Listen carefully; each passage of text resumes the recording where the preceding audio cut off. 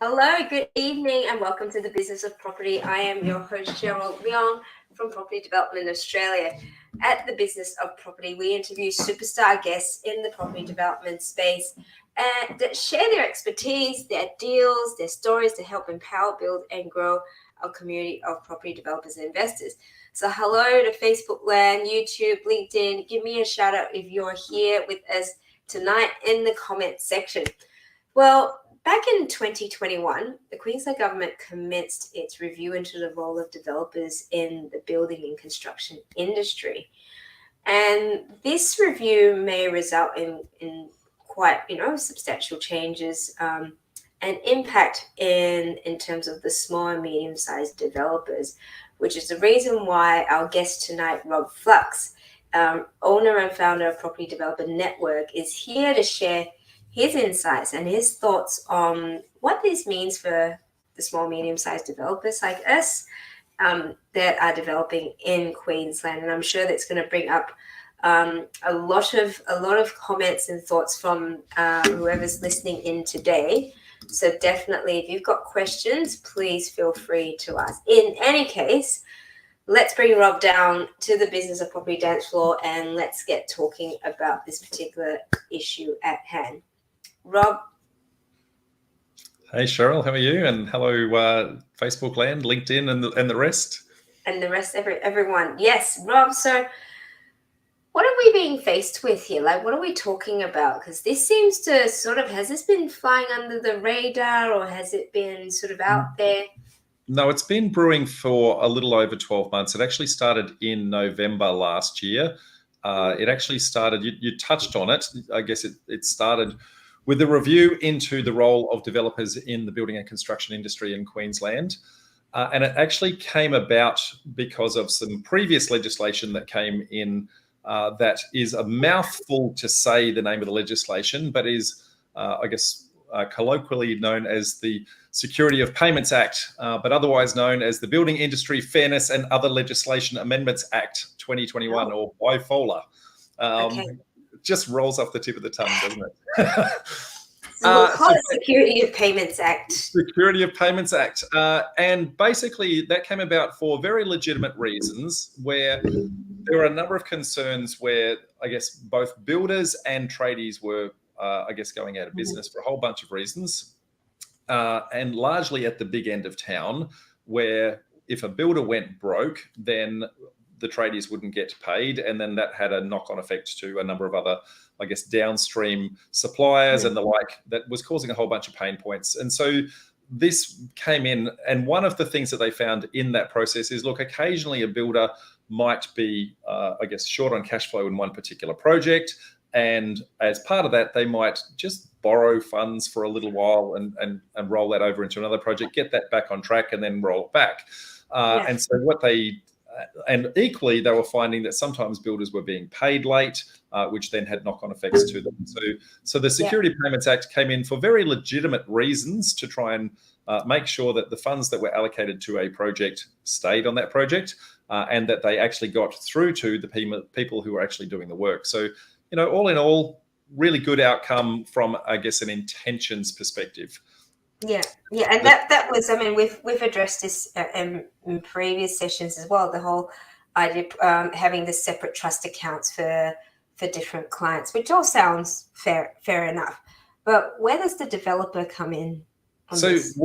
So this is where the challenge is. It was initially, for the builder from the construction phase side of things. And what they've decided is, look, this act has been in for a little while now. It was time to actually do a review, and they wanted to take, a broader perspective on this. And they understood that following industry feedback from a whole bunch of, industry organizations, that the role that the developer plays actually sets the scene for how the building and construction actually happens in the first place. So the developer is the one who determines the kind of product, the quality of fixtures and fittings and all sorts of things like that. And what they were worried about is that the developer had a little bit too much influence.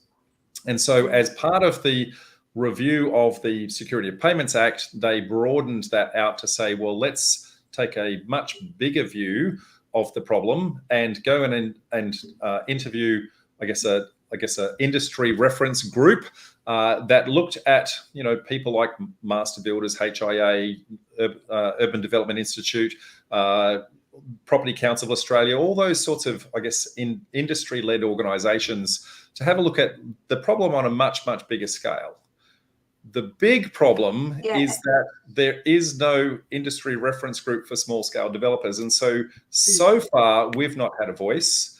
And because we've not had a voice, some of the, I guess, topics that they are suggesting might come into legislation have the potential to potentially kill our industry. And that is something that I've taken a personal challenge to say, how do we drum up support to have our voice heard and make sure that we have it heard before it's too late.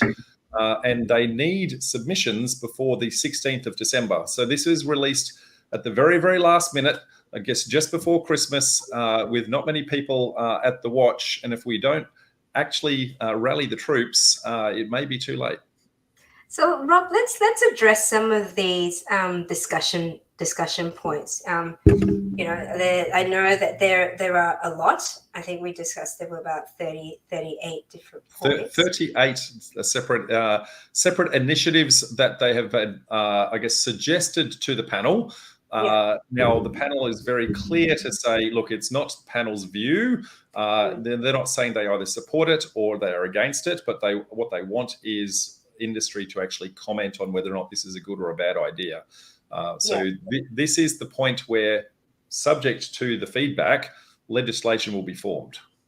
And so let's highlight some of the main points that you sort of feel that are the ones that are mainly critical for the small, medium-sized developer. Because we talk about, I mean, developers, you know, it's a big overarching term. You've got, you know, very large developers. You've got the land lease and the stocklands and all of that. But they operate very, very differently to your small, medium size, you know, mum, dad developers as well. And I'm sure that this has come from, I like to say, I'm sure like there's a legitimate reason of trying to protect, you know, there's an element of protection there. However, like let's try to understand it, you know, what does it all mean for the large developer and the smaller scale developer as well. And maybe there's sort of a solution for the small scale developer, but you know, what could that look like? You raise a very big point, which was one of the first problems that they actually identified. And that is that the problem is too big. There is no one view of what is a developer because there is such a broad scale. And so there's not-for-profits, you know, there's churches that do developments, there's industrial developments, there's commercial developments, there's high-rise retails, there's 1 into 2 subdivisions, you know, there's somebody doing, I guess, a small renovation in their house. And so what they determined is to say, look, it's really hard to actually, I guess, define a developer. Instead, what they said is we're going to capture development activity and we're going to see that we can actually capture that in that process. And the other reason why they wanted to do that is because many developers will set up special purpose vehicles for one project.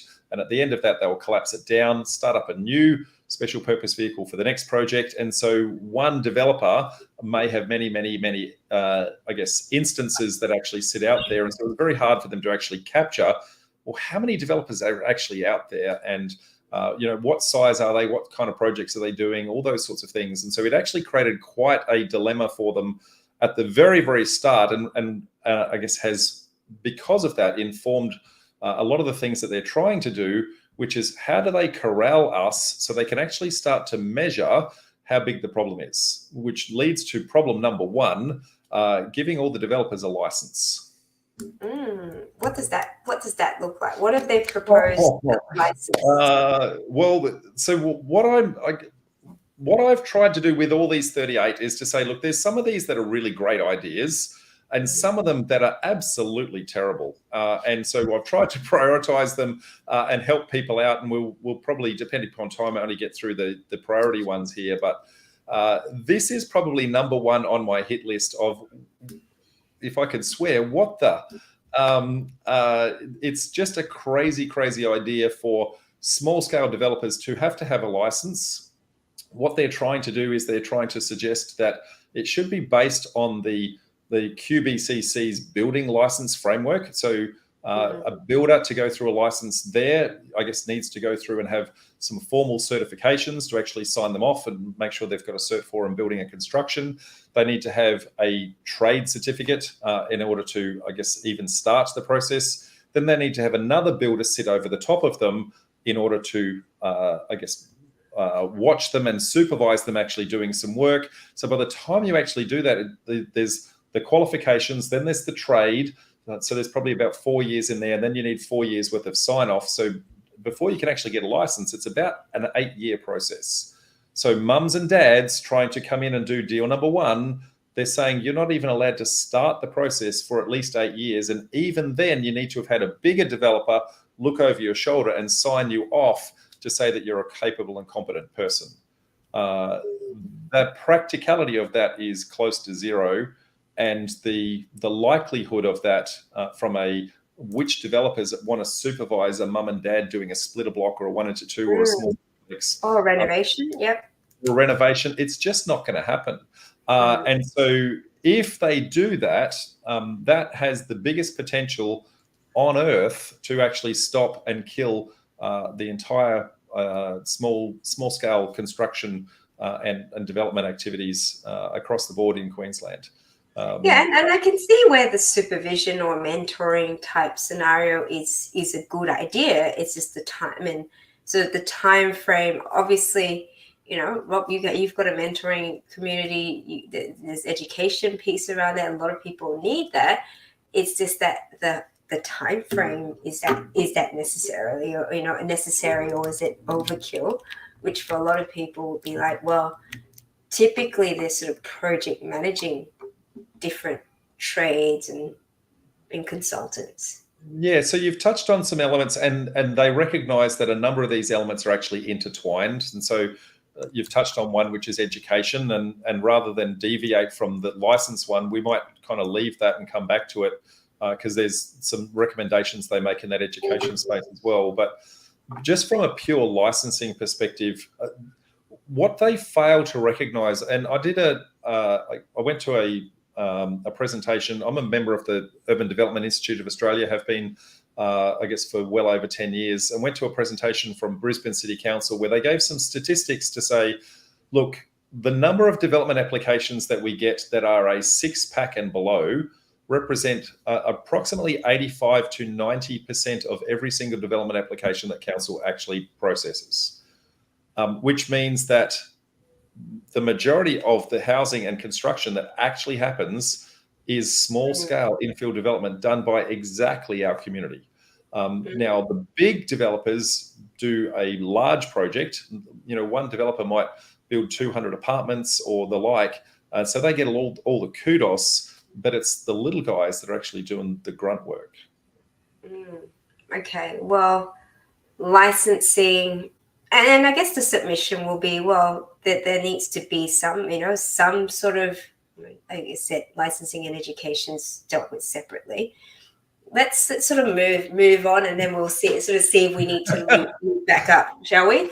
I think there's a little bit more with the licensing side of things, but yeah, the thought of being licensed and what that involves, it does sound onerous, and it does sound like, well, is that, to a certain extent, what is involved with the licensing? If it's a matter of going a certification of some sort that you take, in a sense, almost similar to what you do for an owner-builder type scenario, maybe that then leads into the next one of their suggestions, which is a developer ranking system. So that would be that developers get a score based on, I guess, the size and number of projects that they've done and those sorts of things. They've suggested that they base it on a system that has been pioneered in New South Wales called iCert.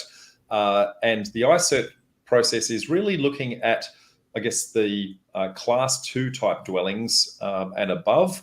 And so that rating system would automatically exclude anyone, I guess, doing smaller developments from even having a ranking. So if you're going to have a mandate to say, look, a developer needs a license and that they need to have a ranking, and then automatically you're then saying, well, there's certain criteria where you don't even get a ranking.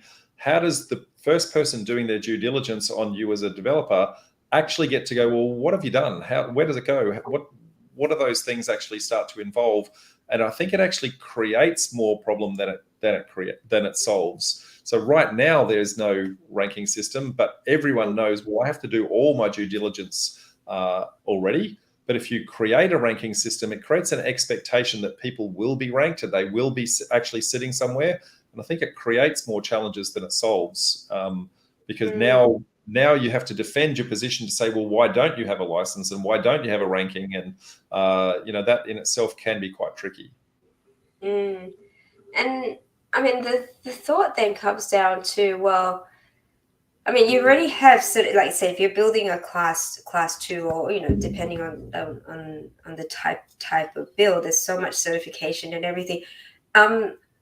I keep going back to, what is this trying to achieve? Are we concerned about the quality of build? Are we concerned about builders going bust? Is it a combination of all these aspects? Because that's also two different things. Like, the quality of build, is that the developer's responsibility, or is that the builder's responsibility? And then in terms of the payment, security of payments as well, is that the developer's responsibility or the builder's responsibility? Yeah, so from a pure technical perspective, the quality of the build, from a fixtures and fittings and I'm going to say the standard of living that goes into the building, that's going to be the developer, because they're going to determine the budget and the demographic that the product is actually created for.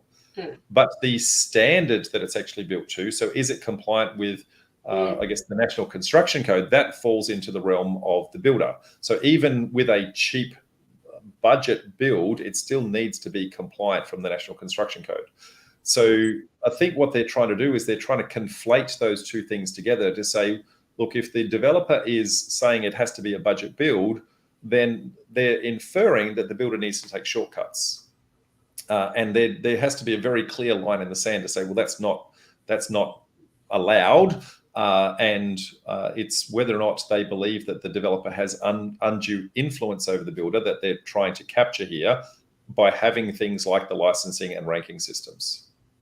And say in that particular circumstance, what would the licensing do to, I guess, avoid that situation?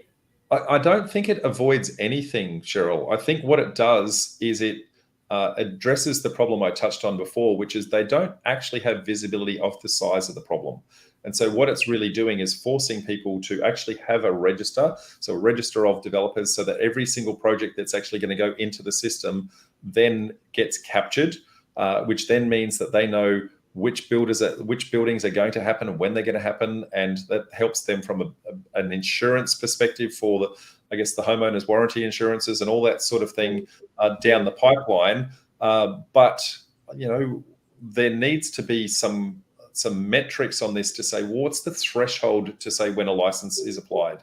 Should a splitter block where you're just knocking down a house and separating titles, does that need a developer's license?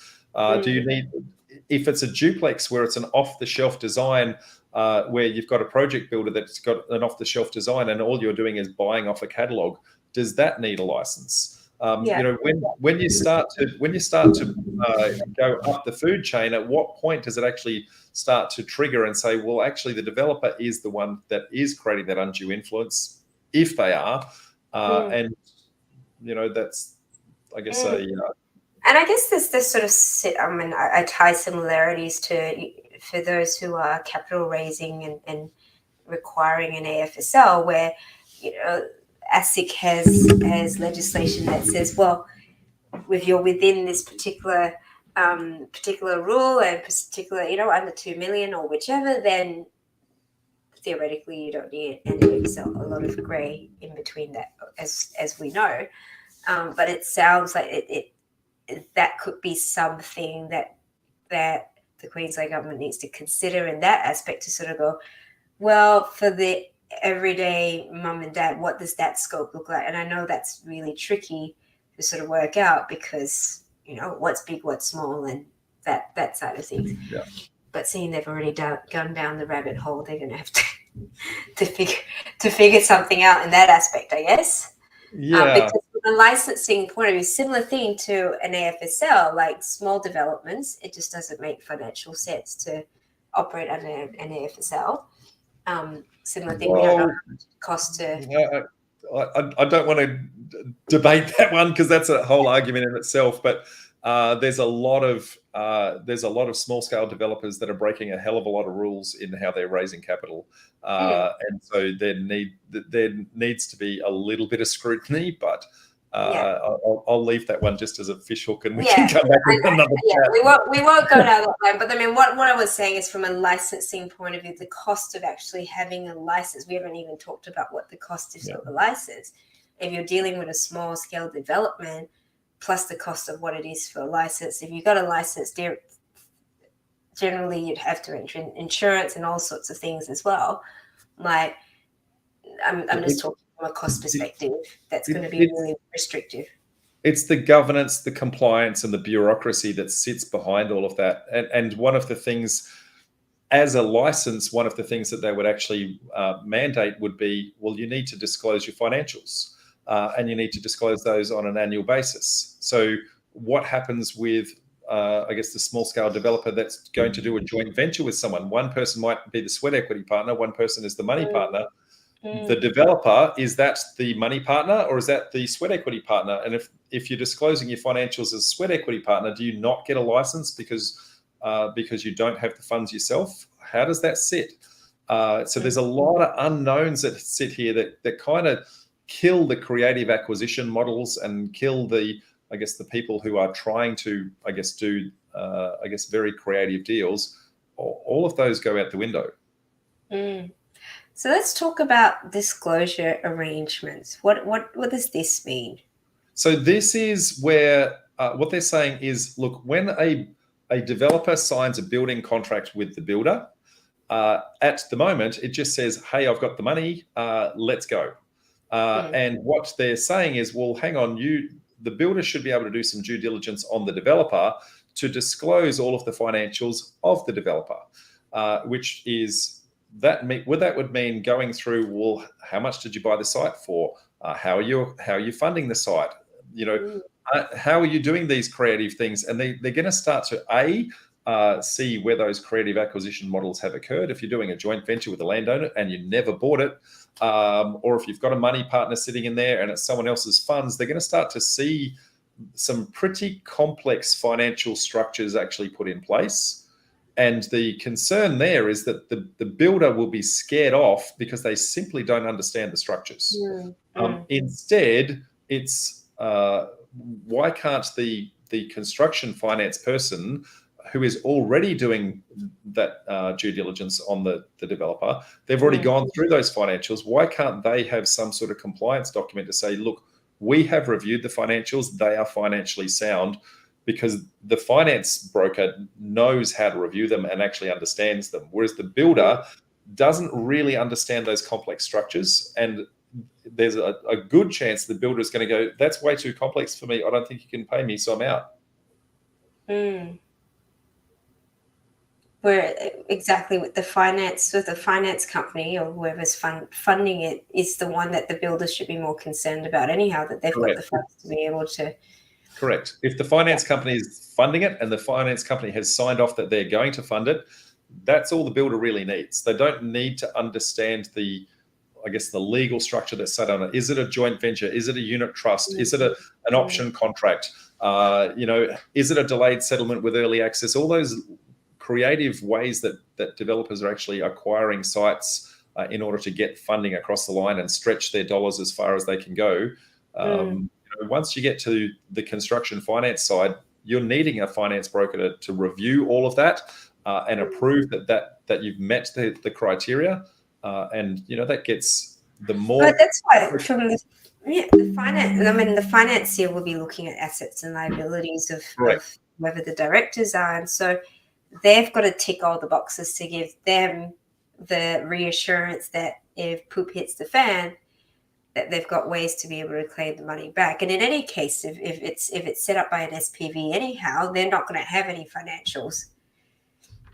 No, but the directors that are sitting above that would have financials, and there'd be, I guess, systems and processes to try and capture all of that as well. But I think it adds a whole bunch of governance to the builder that I don't think they're going to understand. Two, I think it's going to scare the builder off and go, look, that's way too complex. I don't understand it. Or three, and I'm saying this as not tongue in cheek, but as a worst case scenario, builders are going to see the profits that a developer is going to make, and they'll start to gouge prices in the build contract to go, well, if I can see that you can make X amount of money, then I'm going to squeeze you as hard as you can, and push the contracts up. So, there's a whole bunch of things that sit in there that are not real cool. Yeah. It's an interesting. They've got a question here. What if they did those creative arrangements before establishing a trust and used the trust to establish the development history?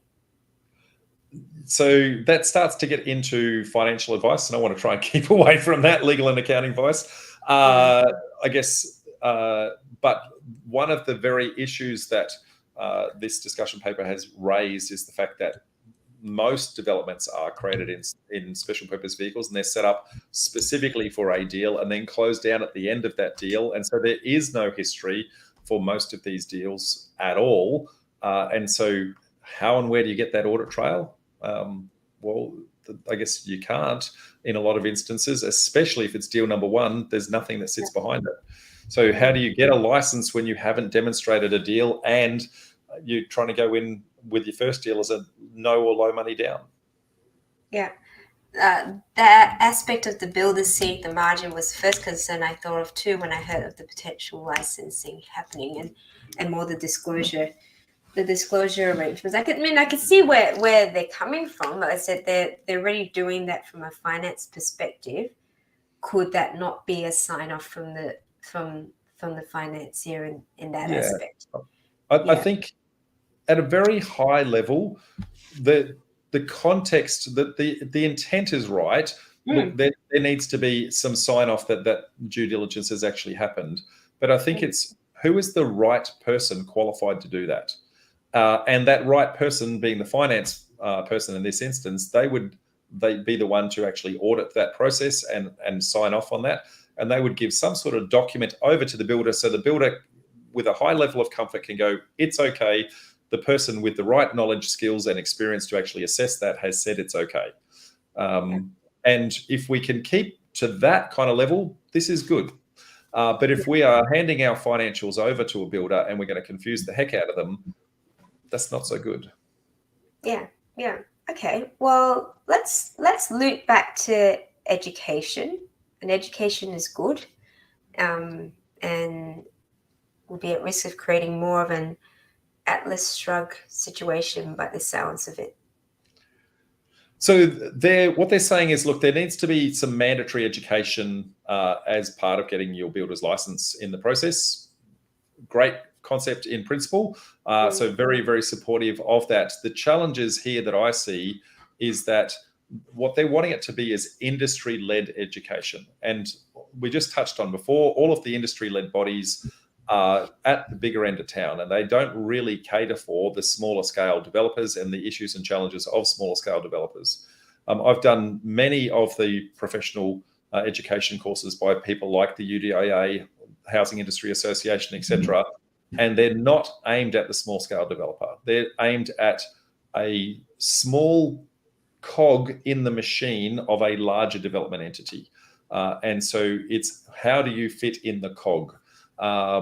Whereas what we are the end-to-end solution. We are the person who does finding the site, funding the site, running the site. We're the one doing the end-to-end, and it hasn't really scaled down to that sort of level. So I think industry-led education is probably not appropriate. The next one would be, well, maybe there's a registered training organization that might be able to pick up the slack on something like that, which sounds like a really good idea in principle, but there are no RTO accreditation courses out there. I know because I've actually explored creating an RTO for my education business, and it doesn't exist. There's nothing that I can certify, even if I wanted to. And so it would be writing an entire curriculum and having that signed off. And so that becomes very problematic. And so then there's the void that's been filled by those two lacking things, which is third-party educators like myself, who then, I guess, teach people the process. But there's some of us have got a bad rap for being spruikers rather than educators. And so then there's well, how do you start to certify and qualify which ones are actually giving quality content versus non-quality content? And so, is there room for creating a mandatory process to say, well, how do you meet minimum criteria in what your education programs are? And as I touched on, we've attempted to do that.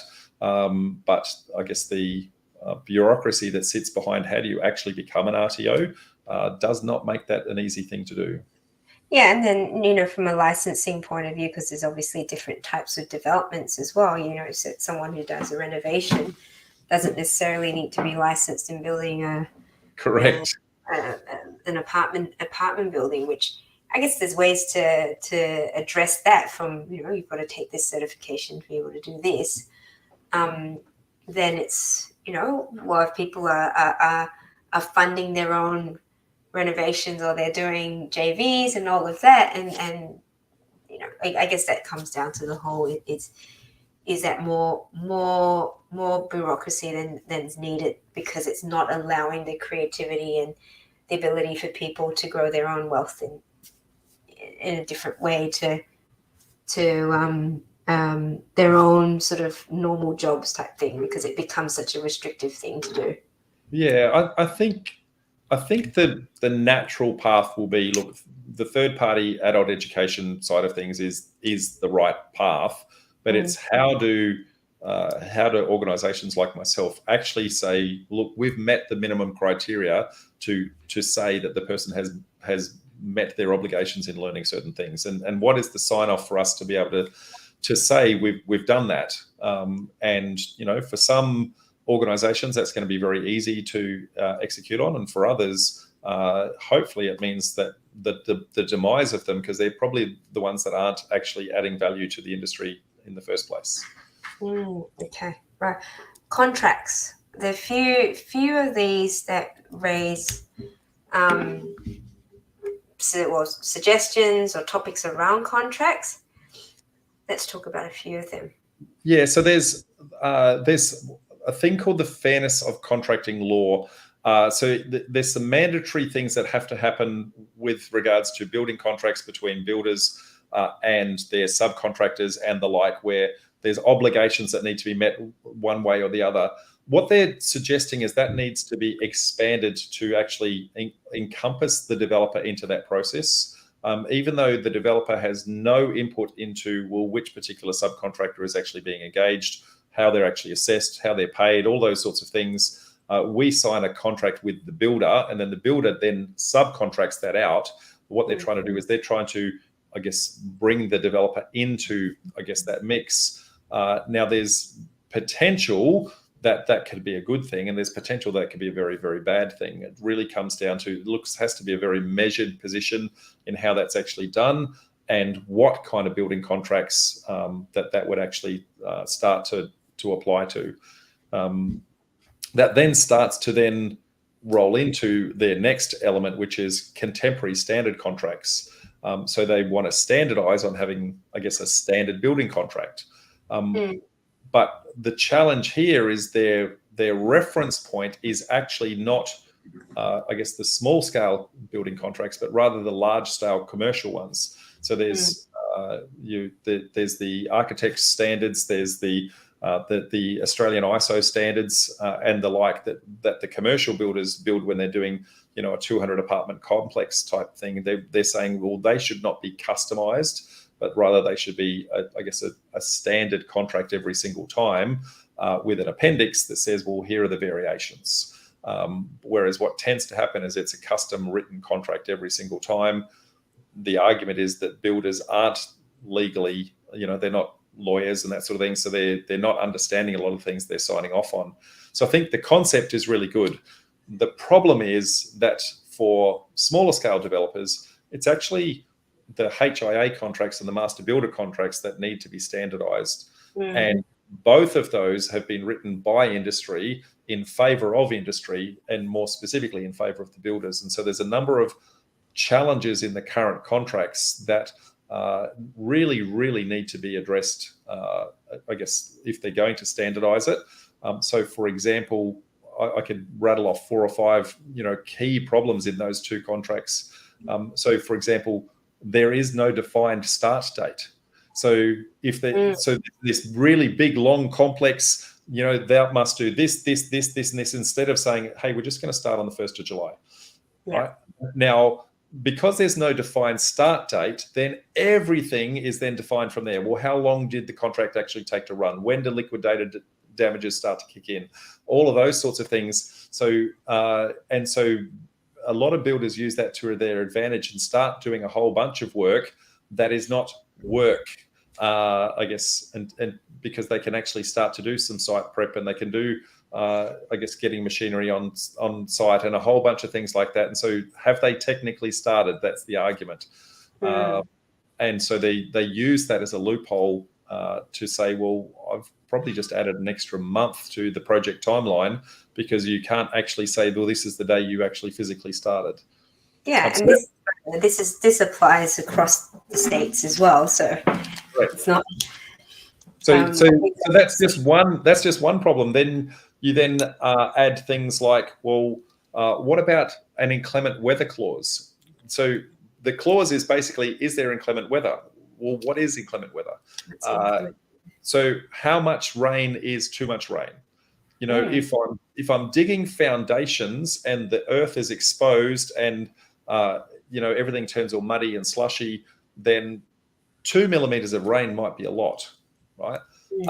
But if I've got the roof on and all the tradies are inside doing fixtures and fittings, then 20 millimeters of rain is not, right? And so how do you define that to say, well, at what point in time is that actually declared? And is it a rain gauge on site? Is it the local Bureau of Meteorology? What happens if the local Bureau of Meteorology is way too far away? How do you start to measure those things? Sometimes a small amount of rain over many days has very little impact, but a large amount of rain on one day has a massive one because it might leave the ground slushy for days.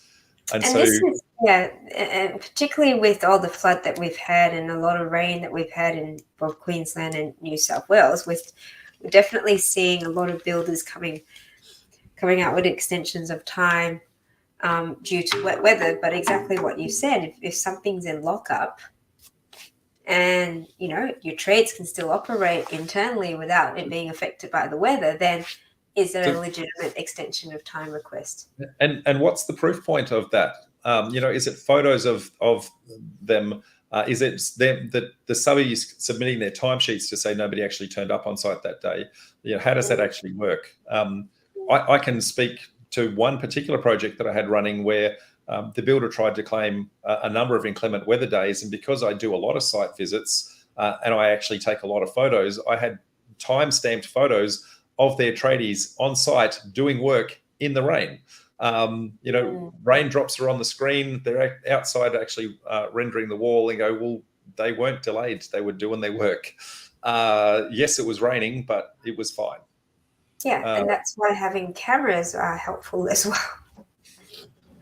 So there's what about cost escalations? There's a whole bunch of challenges with the cost of materials going up and things like that. And every financier wants a fixed price contract, which puts the builder at a lot of risk. So I'm actually on the builder's side here to say, look, there needs to actually be some protective mechanisms that sit there. But at the same time, you don't want price gouging that sits on that. And so how do you justify that was a legitimate cost variation? And is that cost escalation going to also go up and down? So what happens if there's this cost saving? Does that actually get passed through? Those sorts of things don't apply. Now, typically, let's just say that you need some tiles at $25 a meter, and the builder has a margin on that. Let's just say they're 10% for easy math. Okay. Now, if the cost of those materials goes up to $30 a meter, the builder's margin is a percentage of the cost. Now, did the builder do any more work? No. And yet, because the price point was higher, the builder actually got paid more because he got a percentage of a higher price point. So the builder's profit actually went up when the materials went up in price as well. And so that needs to be reflected in the process as well, so that they're not actually dealt with. There's liquidated. That's a good point, that bit. Yeah. There's liquidated damages. So there's no actual formula to determine what liquidated damages should be. Instead, what happens is, it's pistols at 30 paces. Builder wants none, developer wants everything. And if the builder doesn't like what the number is, then the contract is over, right?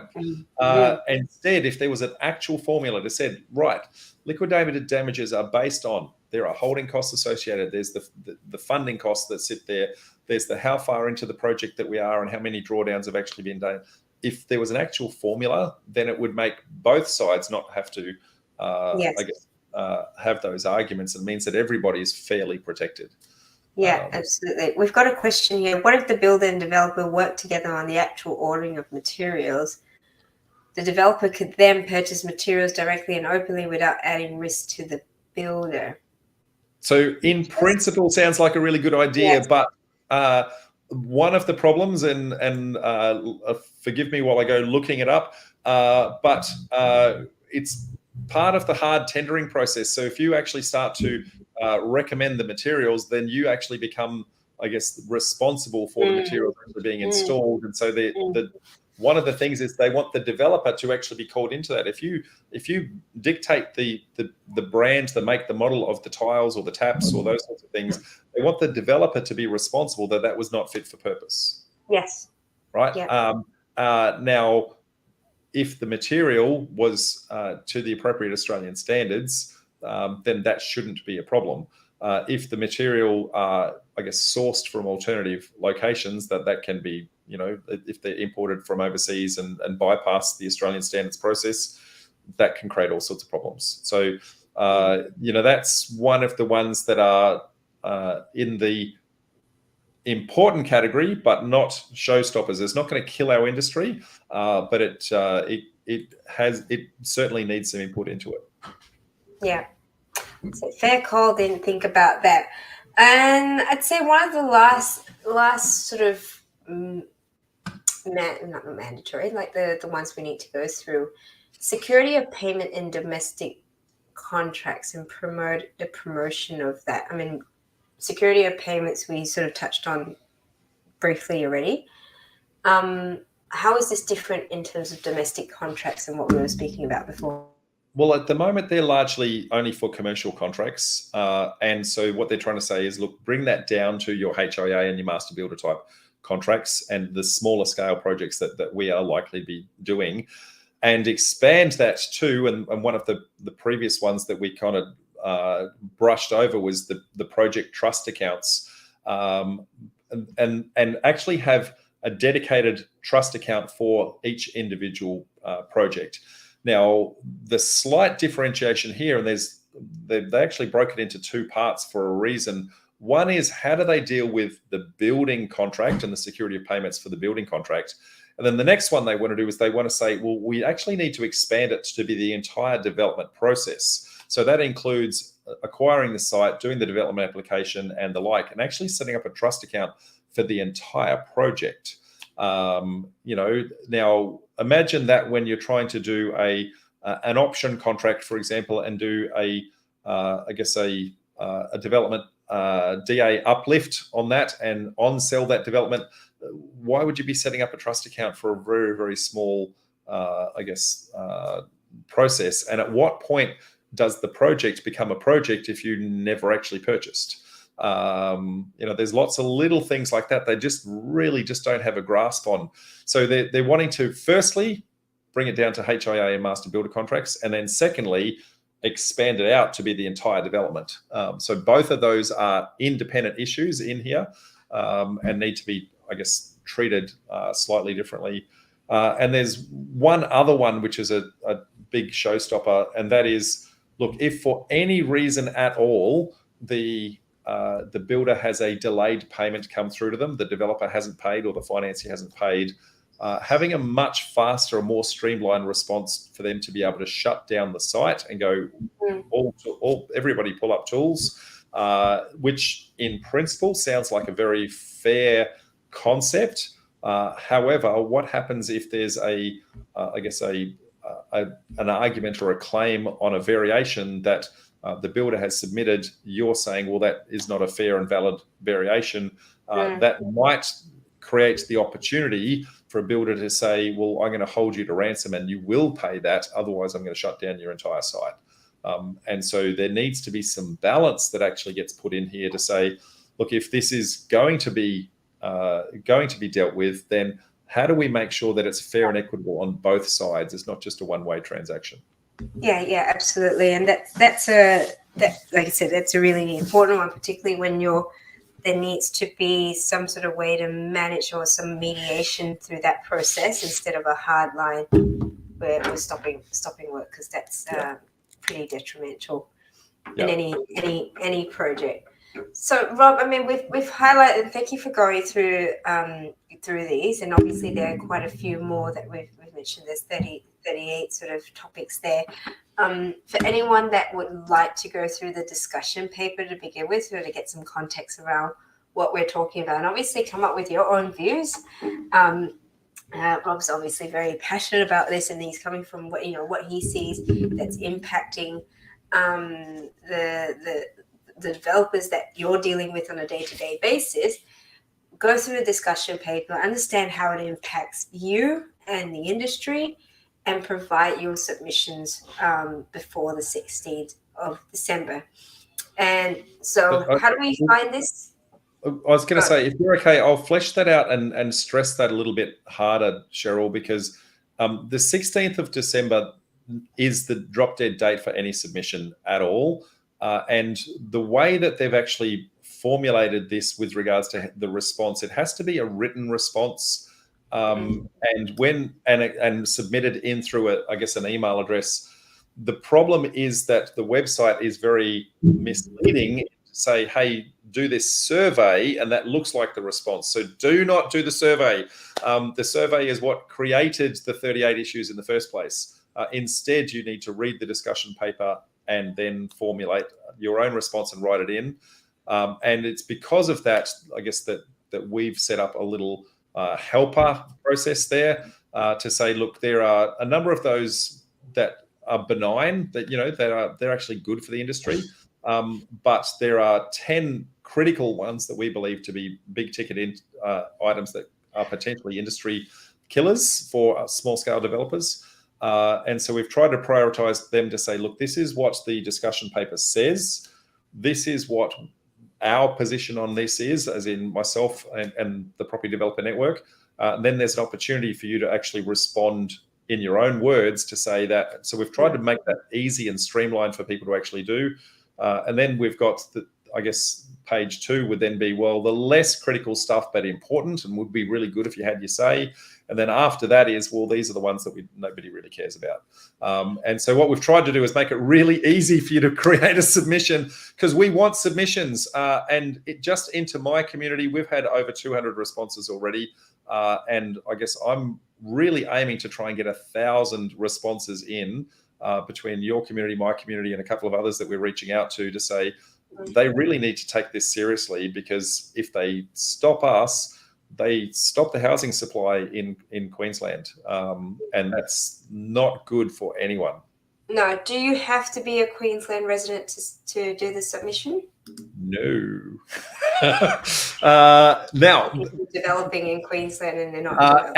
And which is a really interesting comment, because my hypothesis is if they get this legislation through, then most other states will start to look at, or how do they start to license and the like. And so if you have a firm view, and if you invest in Queensland, if you have a say in Queensland, if you care about where our industry is going, I'm going to encourage everyone to, at minimum, read this and tell your mates who are Queenslanders doing it. At minimum, do that. And if you have the time and inclination to put a submission in, that'd be great. Yeah, okay. So there's going to be 3 links that we will provide in the comment section below. This will be in the Facebook group, by the way.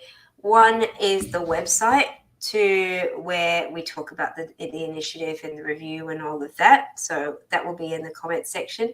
And then the actual discussion paper that you want to go through in a bit of detail. It's only 69 pages. It's, most of it is in fairly small text, so you'll enjoy that.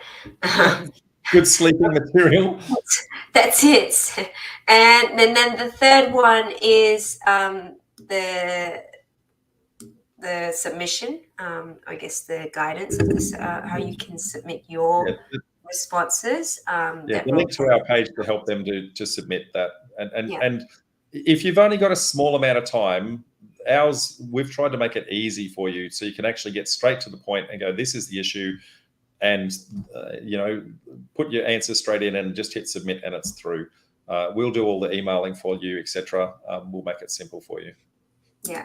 Okay. So get your comments in, share your thoughts, but make the effort to actually go through this, because there might be some pretty big implications, particularly if you're developing in Queensland, whether or not you're a resident. I think everyone should, whatever it is that you're doing, this might apply even if you're renovating. So it's really important that you get your voice in. Absolutely. Even renovators still come under their view of, I guess, development activity. So even renovators need to be caring about this. Awesome. Thank you, Rob. Appreciate it. Thank you, Cheryl. Appreciate, I guess, you allowing my passion to impose on the community. As always, Rob, incredibly supportive of what it is that you do and your contribution to the property community. And you're highly respected in the community. So this is something that we, appreciate you spending the time going deep diving into and sharing. Like I said, everyone needs to make their own decision. However, this is sort of an opportunity for us to actually discuss it openly. And if you want to make a change, then make a difference, then there's the opportunity to do that. Thank you. And I'll keep you updated with how many responses we get. So yeah, fantastic. All good. Thanks so much, Rob. Thank you, everyone who joined us today. You've got the comments.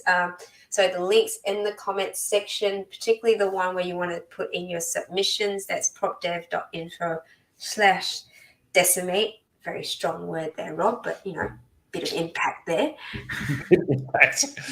Big impact there. So thank you for all of the everyone that sort of, like I said, has contributed today. Take action, put in your submissions, and then we just have to sit tight and see how it unrolls, right? Hopefully it was the same sort of impact with the land tax situation. Absolutely. Who knows, right? Who knows? Who knows? Troops and we can turn over anything. Yeah, absolutely. All right. Take care, everyone. Make sure you visit and subscribe to our YouTube channel. We obviously have amazing guests like Rob and all our sessions. And if you found value in today's show and you want more, hit the big like button, the big thumbs up. My kids tell me what to do and say, because then they tell you when the thing comes up, Mum. So until next time, keep well. See you later. Take care. Bye, everyone. Bye. Thank you, Cheryl. Bye. Bye.